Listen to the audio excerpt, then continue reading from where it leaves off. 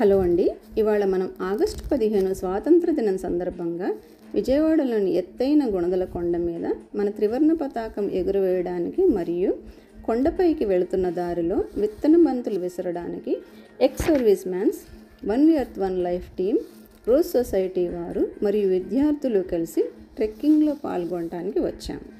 ఇక్కడ మనం విత్తన బంతులు ఎందుకు విసురుతున్నామంటే కొండపైన నివసించే జంతువులకి ఆహారం లభించక చాలా ఇబ్బంది పడుతున్నాయి. మనం విసిరే విత్తనం చెట్టు అయ్యి వచ్చే పండ్లతో వాటి ఆకలి తీరుతుందని చిన్న ఆశ.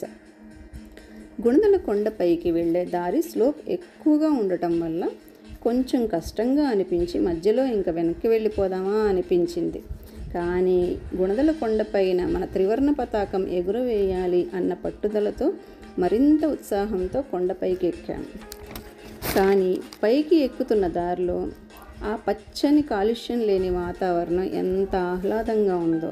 అలా కొండపైకి వెళ్ళాక అక్కడి నుంచి కిందకు చూస్తుంటే మన విజయవాడ నగరం చాలా అందంగా ఉంది.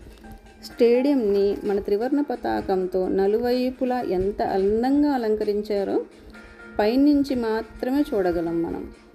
ఇంకా కృష్ణానదిపై ప్రకాశం బ్యారేజు, వారధి, ఇటుపక్క మన కొండపై నుండి మన అందరినీ చల్లగా చూస్తున్న కనకదుర్గమ్మ, అటుపక్క మన రాజ్యాంగ నిర్మాత అయినటువంటి డాక్టర్ బిఆర్ అంబేద్కర్ గారి కాంస్య విగ్రహం ఎంత బాగున్నాయో. అప్రాక్సిమేట్గా 800 అడుగుల ఎత్తులో ఉన్న కొండపైకి నడవడమే చాలా కష్టం.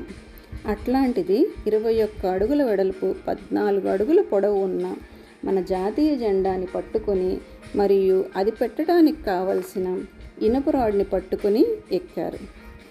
800 అడుగుల గుణదల కొండపైన మరో 100 అడుగుల ఎత్తున్న టవర్ పైన మన జాతీయ జెండాన్ని ఎగురవేయడానికి చాలా కష్టం పడవలసి వచ్చింది.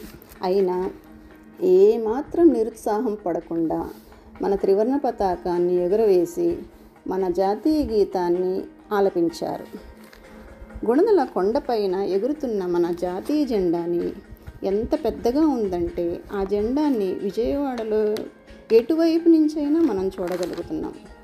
తర్వాత టవర్ పైకి ఎక్కి జెండాని ఎగురవేసిన అరికపూడి సురేష్ గారి టీంని లీలాకుమారి గారు, శ్యామ్ ప్రసాద్ గారు మరియు కమలాకర్ గారు ట్రెక్కింగ్ టీం తరపున సత్కరించారు.